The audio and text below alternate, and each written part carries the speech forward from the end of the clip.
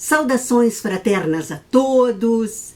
Este será o 14º vídeo Estudo Quarentena. Agradeço aos amigos do grupo que deram sugestões de assuntos para esta aula, dos quais escolhi um, por ser favorável sobre o assunto abordado na aula 13, Estudo Quarentena. Agradecemos aos amigos espirituais que continuam supervisionando o nosso trabalho, nos intuindo nas abordagens mais adequadas para o estudo, aos quais pedimos que nos ajudem no desenvolvimento do assunto da reflexão de hoje. A leitura para estudo foi do livro A Gênese, capítulo 14. Mais uma vez, vamos dividir o assunto de hoje em 2 vídeos. Então, vamos falar dos fluidos. Recordando o que falei no vídeo anterior, quando falei sobre espíritos, disse que eles eram individualidades inteligentes e incorpóreas, que formam um mundo à parte, o qual chamamos de mundo espiritual, e que existem antes do corpo físico e continuarão existindo depois que esse corpo morre. Disse também que é um mundo formado independente do mundo corporal. E completei dizendo, mesmo o mundo corporal acabando, não haverá alteração no mundo espiritual. Isto porque o mundo espiritual é independente do mundo corporal. Lembram disso? Pois bem, continuando o raciocínio. O que é matéria formam o corpo físico, obedecem às leis do mundo físico.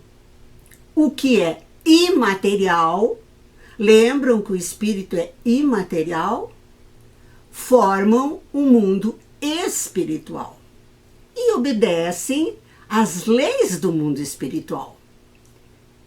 Ao considerarmos que tudo que existe em ambos os mundos, físico e espiritual, se originam do fluido cósmico universal, que é a matéria primitiva, responsável por todas as transformações e modificações que acontecem nos corpos da natureza, aqui também pensamos nos corpos materiais e nos corpos imateriais. Isto porque o fluido cósmico universal pode assumir 2 estados distintos.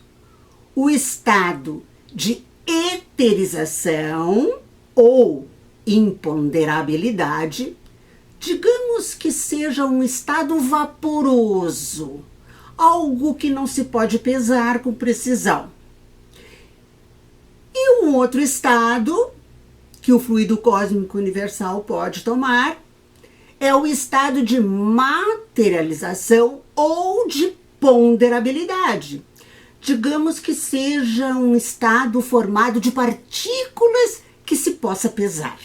Não podemos esquecer que existem infinitos pontos intermediários entre o fluido vaporoso e o fluido transformado em matéria tangível. Mas essa transição não é brusca. Nossa! Para passar de um fluido vaporoso a transformar-se em matéria tangível é uma caminhada longa. Cada um desses 2 estados dá lugar a fenômenos especiais. Com isso, percebemos que o fluido cósmico universal assume 2 estados fluídicos, responsáveis pelos fenômenos especiais. Num estado, pertence os fenômenos visíveis. E no outro estado pertencem os fenômenos invisíveis. O que vem a ser cada um deles? Bom, os fenômenos de eterização pertencem ao mundo invisível, chamados de fenômenos espirituais, porque se ligam especialmente aos espíritos e compete ao espiritismo estudá-los, pesquisando, compreendendo. Já os fenômenos de materialização pertencem ao mundo visível, chamados fenômenos materiais, e compete à ciência explicá-los. Como, porém, a vida espiritual e a vida corporal se acham incessantemente em contato, os fenômenos das duas categorias, muitas vezes, se produzem ao mesmo tempo. No estado de encarnação, o homem somente pode perceber os fenômenos que se prendem à vida corpórea. Os do domínio espiritual escapam aos sentidos materiais, visão, audição, olfato e os outros, podendo ser percebidos apenas no estado de espírito, ou seja, no domínio de sua alma, segundo sua consciência. Quando um encarnado consegue ver um espírito desencarnado, ele não vê com os olhos físicos, ele vê com os olhos da alma. Isso que está nos dizendo esta questão. No estado de eterização, o fluido cósmico não é uniforme, mesmo sendo etéreo, vaporoso. Ele se modifica muito, talvez mais que no estado da matéria tangível. Essas modificações originam fluidos variados, que, embora procedentes do mesmo fluido cósmico universal, são dotados de propriedades diferenciadas, proporcionando os fenômenos característicos do mundo invisível. Dentro da relatividade de tudo, esses fluidos têm, para os espíritos, que também são fluídicos, uma aparência tão material quanto a dos objetos tangíveis para os encarnados, e são para eles o que são para nós a substância do mundo terrestre. Os espíritos, no mundo espiritual, combinam os fluidos variados, que por já terem propriedades diferenciadas e modificadas, e os elaboram para produzirem os efeitos desejados, como fazem os homens com os seus materiais, ainda que por processos diferentes. Os fluidos, foco do nosso estudo, são variáveis ao infinito.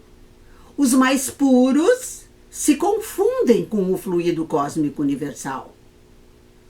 O ponto oposto são os fluidos que se transformam em matéria tangível.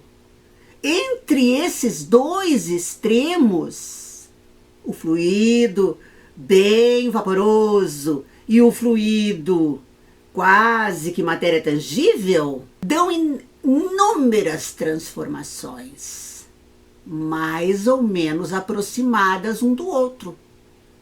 E atenção, os fluidos mais próximos da materialidade, os menos puros, compõem o que se pode chamar a atmosfera espiritual da Terra.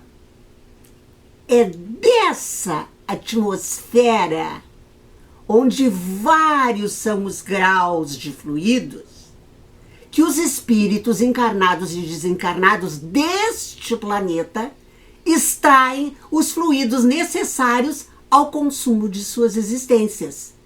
por mais sutis e impalpáveis que sejam esses fluidos, não deixam de ser de natureza grosseira, em comparação com os fluidos etéreos das regiões superiores. Através do estudo das propriedades dos fluidos, o Espiritismo nos dá a chave de inúmeros episódios sem explicação, acontecimentos que passaram por assombração em outras eras. Estudando o Espiritismo, fomos nos apossando de conhecimentos que nos revelaram leis até então ignoradas, e por essa ignorância brotava a superstição. Já continuaremos nosso estudo no vídeo seguinte. É bom dar um tempo para tomar um cafezinho.